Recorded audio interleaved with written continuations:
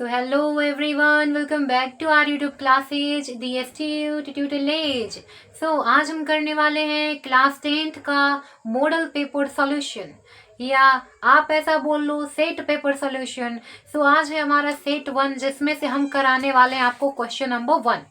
सो यहाँ पे जो क्वेश्चन नंबर 1 है ये आपका है लगभग 2 मार्क्स का क्वेश्चन वाला सेट से.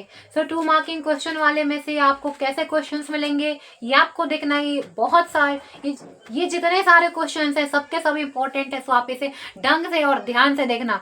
सो प्रूफ करना है यहाँ पे कि proof that √2 + √3 is an irrational number. So इसी टाइप के जितने भी सारे क्वेश्चन होते हैं आपको पेपर में दिखने वाले हैं. तो आप इन सब क्वेश्चन के ऊपर ध्यान देना थोड़ा. सो √2 + √3 इज एन इरेशनल नंबर आपको बताना है. तो यहाँ पे सबसे पहले आपको करना क्या होता है कि आपको एक कॉन्ट्राडिक्शन मेथड मैंने बता रखा है. सो उसी कॉन्ट्राडिक्शन मेथड का हम यहाँ पे यूज करेंगे. सो कॉन्ट्राडिक्शन मेथड हमें करना क्या होता है कॉन्ट्राडिक्शन में, तो हमें करना होता है कि हमें यहाँ पे जैसे प्रूफ करना है कि √2 + √3 इज इरेशनल नंबर. तो हम इसे सपोज कर लेंगे कि ये इरेशनल नंबर नहीं है. हम इसे सपोज कर लेंगे कि ये एक रेशनल है. हालांकि आपको पता है कि रूट वाला जितना भी होता है सब इरेशनल होता है. सो हम इसे क्या कर लेंगे फिर भी रेशनल सपोज कर लेंगे. यही कॉन्ट्राडिक्शन मेथड का ये है बनाने का तरीका. सो आप लिखोगे इफ पॉसिबल. सो आपको लिखना है इफ पॉसिबल लेट √2 + √3 भी ये रैशनल नंबर. सो हम इसे क्या कर लिए रैशनल नंबर सपोज कर लिए. तब क्या होगा जब रैशनल होता है तो इसे p/q के फॉर्म में आना पड़ेगा.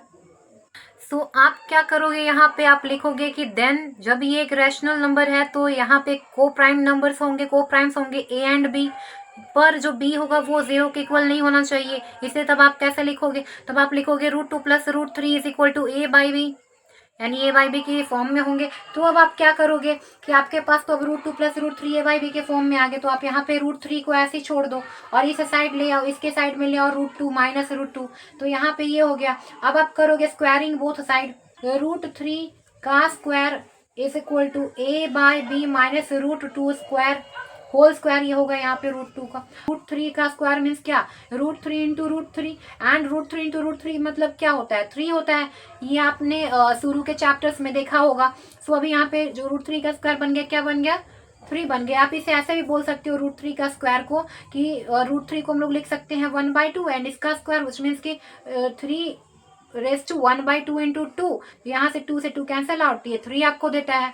आप ऐसे करते हो ना a - b का होल स्क्वायर, उसी बेसिस पे आप इसे तोड़ रहे हो. तो प्लस √2 का स्क्वायर करा दोगे राइट. तो फिर ये आपको क्या देगा 3 इज इक्वल्स टू, यहाँ पे आप लिख दो a² upon b² minus 2√2 a/b plus 2 बन जाएगा.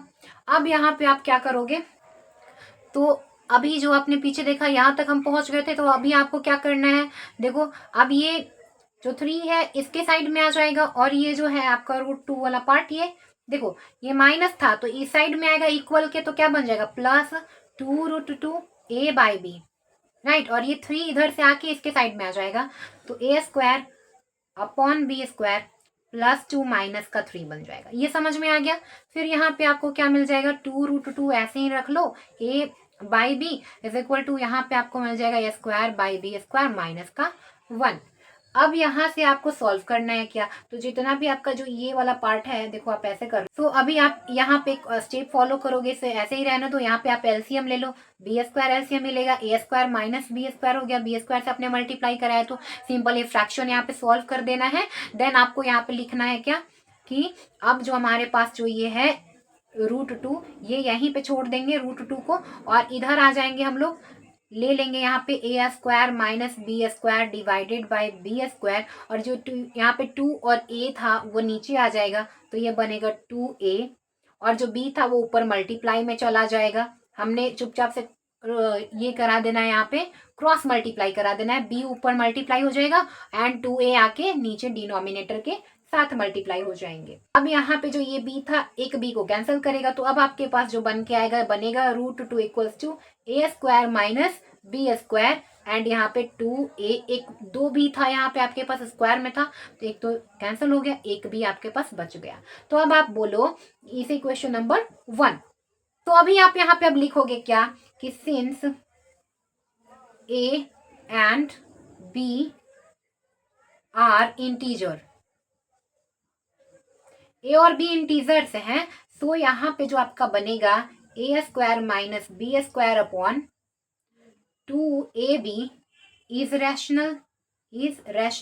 ये क्या बन गया, ये वाला पार्ट रैशनल नंबर बन गया इसका, और ये पार्ट क्या दिख रहा है, इरेशनल है। यानी अब आप बोलोगे √2 इज एन इरेशनल नंबर। अभी आपने देखा कि आपका ये पार्ट रैशनल आ गया, ये वाला, और ये पार्ट इरेशनल आ गया, तो इसे भी हम लोग क्या बोल देंगे कि रैशनल के इक्वल है, तो ये भी क्या होगा, रैशनल होगा। क्योंकि अभी जो पीछे वाला था, क्योंकि अभी हमने देखा कि ये एक क्या है, रैशनल नंबर है, ए और बी दोनों क्या इंटीजर है, तो ये क्या बन गया, रैशनल नंबर बन गया। तो ये भी एक रैशनल नंबर है क्योंकि रैशनल नंबर के इक्वल है।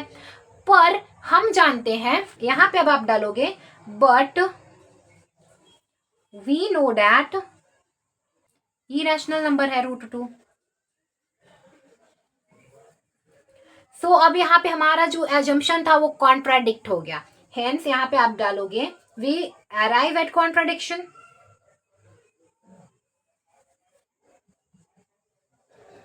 अब तो यहाँ पे कॉन्ट्राडिक्शन हो गया है कि ये √2 जो है रैशनल है, और हमारे मेथड से जो हमने पढ़ रखा है वो क्या कहता है कि √2 क्या है, इरेशनल है। तो यहाँ पे तो दो बातें आ जा रही है, तो कॉन्ट्राडिक्शन हो गया, कॉन्ट्राडिक्शन हो गया। तो अब यहाँ पे ये कॉन्ट्राडिक्शन आया कैसे, तो सिंस